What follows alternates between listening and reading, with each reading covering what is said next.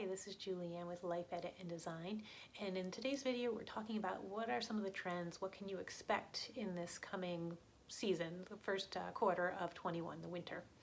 And so we've all been in quarantine for a while, and as we go through this winter, you're going to find that this is kind of the 1 year anniversary for most people. Right about March in the United States is when we went into the quarantine, but people were starting to feel effects in February. And so we're coming up on that 1 year anniversary. So what are the trends that you can expect in the winter of 21? And I think the biggest prevailing one will be the mental health challenge. I think there'll be a lot of depression and anxiety as we reach this 1 year mark. When the pandemic first hit and we started to get the shutdowns, we at least had the outdoors, right? We could get outside. We didn't know what was coming. I know when I left work that first day, I think it was like March 19th, I went out, left work, and I thought, I'll be back in a week. I had no idea that this was what was coming. So we didn't know what to expect. And so for some of us, it was like, ooh, I get to spend my summer at home. I'm working from home. Other people had a very different experience. I understand that if you lost your job, if your restaurant closed, things like that. So people had very different reactions, but we didn't know what was coming. But now as we approach this 1 year anniversary, we don't have the great outside, and we kind of know what this is like. We've been through this, and as you start to hear panic about spikes and things closing back down again, people are just going to be very depressed. They're going to be shut in. That cabin fever is really going to hit, and you're also going to see a lot of anxiety, more panic than we did before, because people are expecting those shortages, right? We've already seen the shortages, and as things start to kind of close down again, people are starting to panic again, right? Go back into that mode of I need to hoard. We know toilet paper wasn't critical, but everybody bought it anyway, so I know it's coming, so I'm going to panic. We've been through this before, so it's that learned panic. So you're going to see people start to hoard things again and really feel that closed in, shut in feeling. So mental health is going to be a top priority for people. You need to be able to deal with stress management. You know what's coming. And if you can get outside, if you're living in an area where you can still take a walk without frostbite, I encourage you to get outside, take care of yourself. And what I'm afraid is really going to happen, and what I see coming in this trend for the upcoming season, is that as people are dealing with the depression and dealing with the lack of access to the outdoors, you're going to see them self-medicate with food and alcohol. Unfortunately, we need comfort, right? That's what we're seeking. And they're going to, the idea of curling up under a blanket, watching TV, and having your favorite snacks is very comforting. It's soothing. And when you're saying, okay, you're telling me to deal with stress, well, this is how I deal with the stress. And unfortunately, it will create a whole new list of problems for you as you start to gain weight, start to lose muscle, and just start to feel even more depressed. The lack of activity actually causes greater depression. If you get up, you get that dopamine hit when you exercise. And when people aren't exercising, either if the gyms maybe closed back down or you just don't want to get back outside, you're going to find that this is a downward spiral. And that's what I want you to be aware of as you go into the season, is that this is kind of a cycle, a very sick cycle that you could get sucked into of, I need to take care of myself, so I self-medicate with food and with alcohol and with sedentary activities. So really be careful, really be conscious as you go into the season. Watch out for your loved ones, especially those who can't get out because of either they're elderly or they're in some kind of assistive care and they're not even allowed visitors. These are the people that are very, very susceptible to depression. They're already in it, and now they're coming up on this 1 year anniversary, and it's just a very yucky feeling. We know that relief is coming. We know the vaccine is getting produced, and there's a couple of different ones that are in the pipeline, and so help is coming, but we're probably not going to feel that till late spring, early summer, and that's when the weather's going to get better anyway, so we're going to have a chance to get outside. So what we've got coming up is the end of this pandemic is still going to be very nasty. So I really want you to think about what you can do to protect yourself, your mental state, and your body. Make sure that you're doing something. Don't get sucked in because you can't just sit there and eat and binge watch your TV. You have to get out. You have to do some kind of activity. Other things that you can expect, I think there'll be a craft explosion. I think Michael's and Joann's and Hobby Lobby, they're all going to do very well in this next quarter because, again, we don't have the outdoors to distract us and to keep us happy. So people are going to be turning to crafts. They're going to be learning all kinds of things just out of boredom, sheer boredom. They're going to be doing different kind of crafts. So keep that in mind if you're thinking about doing something, you might want to shop online and get out there early, because I think there's going to be a shortage of craft products because people are just going to really turn down that avenue as a way to kind of deal with some of their depression and their boredom. Another thing you're going to see, especially towards the end of the season, towards March, you'll start to see another, I think, round 2 of the home improvement explosion that we had before, right? You're really going to see people say, I'm spending so much time at home. Here's some of the things I started doing, but now I want to do round 2. I want to go deeper. You'll see some more decluttering going on. People who didn't already declutter are going to do it, organizing, and then the home improvements. So again, Home Depot, Lowe's, those stores are going to be doing really well. But there's already a shortage of products. If you've talked to anybody in the construction trades, you know that they're dealing with a shortage of hardwoods, and just general supplies. As you walk through the lumber yards, there's just a shortage and price gouging.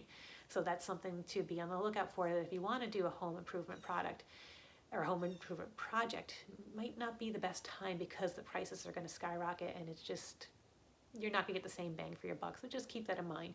Stick to paint maybe. I haven't heard of any paint shortages, but definitely in the building materials, there's a definite shortage and definite price gouging. And another area that we've seen a lot of price gouging, and I think is gonna come back, is the home gym, home fitness equipment. That again, there's a shortage of equipment, so people have jacked up their prices. And unfortunately, that's a terrible thing, but you can do a lot with bands. You can do a lot with time static contractions, resistance training, with bands, so you don't need that heavy, expensive gym equipment. You can get a lot of good activity at home. If you're looking for a resource, Drew Baye, B-A-Y-E, he's got some great videos. Follow him on YouTube. He's a purist. He's definitely into exercise as doing it the right way, not doing it for the sake of doing it, but for doing it for actual muscle strength.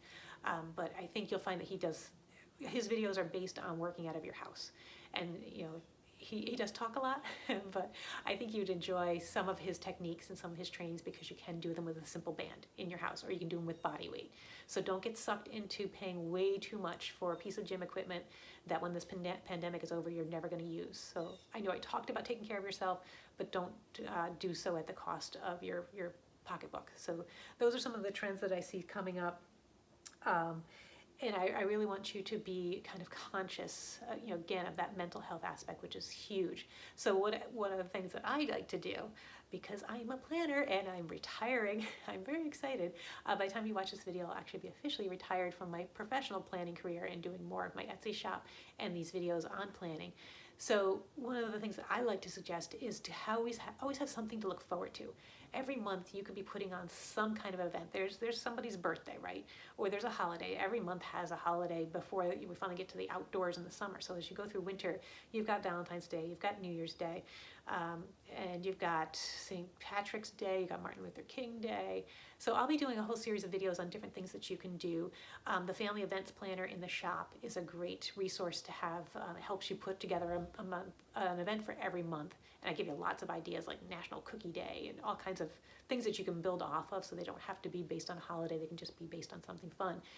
But I think, again, for you, that mental health, if you're working towards something and it's occupying you in a creative way, in a happy way, and then so you're building up, you're doing the research, the work for the event, and then doing the event, it's going to help your mental state. Same with the virtual travel planner. If you're stuck in your house, why not bring the travel to yourself? So a lot of different things you can do with researching, going to Paris, going to Australia. If you can't get there, it doesn't mean you can't research it, come up with an itinerary, and then act as if you're actually on that trip and go see some of the sites through videos. You can also I love the Airbnb has a lot of experiences, virtual experiences, so you can hire somebody who's in that country, that city that you really want to go to, and they do walking tours of their city and they talk all about it. So yeah, it's not the same as being there, but if you can't be there right now because of restrictions, that's something you can do. So the virtual travel planner is another great tool. So look for doing events, look for doing trips, virtual trips. These are the creative things. You're going to have to think outside the box because you're confined in a box. So in order to get out of it, you have to think your way out. Use your imagination. Come up with ways that you are not self-medicating with food and with sedentary activities. Get your family involved. There's a lot that you can do creatively, especially with the virtual travel planner. I talked about like doing a Disney trip. You can do Disney in your house. There are so many things that you can come up with, little supplies that you can buy online, things you probably already have in your house, and you can create a spring break trip or a winter break trip inside your house. So it takes planning, it takes thinking ahead, and hey, I'm a planner. So for me, I love doing this kind of stuff. So that's my number one tip for you with what's coming up, with what you see coming. the biggest thing that you can do is whatever it takes to keep your spirits up. Give yourself something to look forward to. Give your family, especially those people who are shut in, give them something to look forward to. I'm doing a whole video on what I'm doing for my dad with the holidays, and giving him something to look forward to since he can't get out to restaurants and he can't get out anywhere right now. So look for that video. I talk all about how I do a kind of a taste of a town so that he has something to look forward to every month. So there's lots of resources. You have to use your imagination, and this is something you're gonna have to do a little bit of work. I know people don't like to hear that, but you've got the time, right? You're stuck in your house, you can't get out and do stuff, and you can't see the people that you normally do. You can't go walking through the malls. I mean, you can, but you might not want to. So do a little homework. I give you plenty of resources inside the Etsy shop. These videos will give you plenty of ideas, and come through with your own way of kind of self-preservation this season. So take care of you. We got a couple of tough months ahead of us, but you can do it. And again, look for those videos on different events and different things that you can pull off this season just to have some fun. So I will see you in the next video. Take care.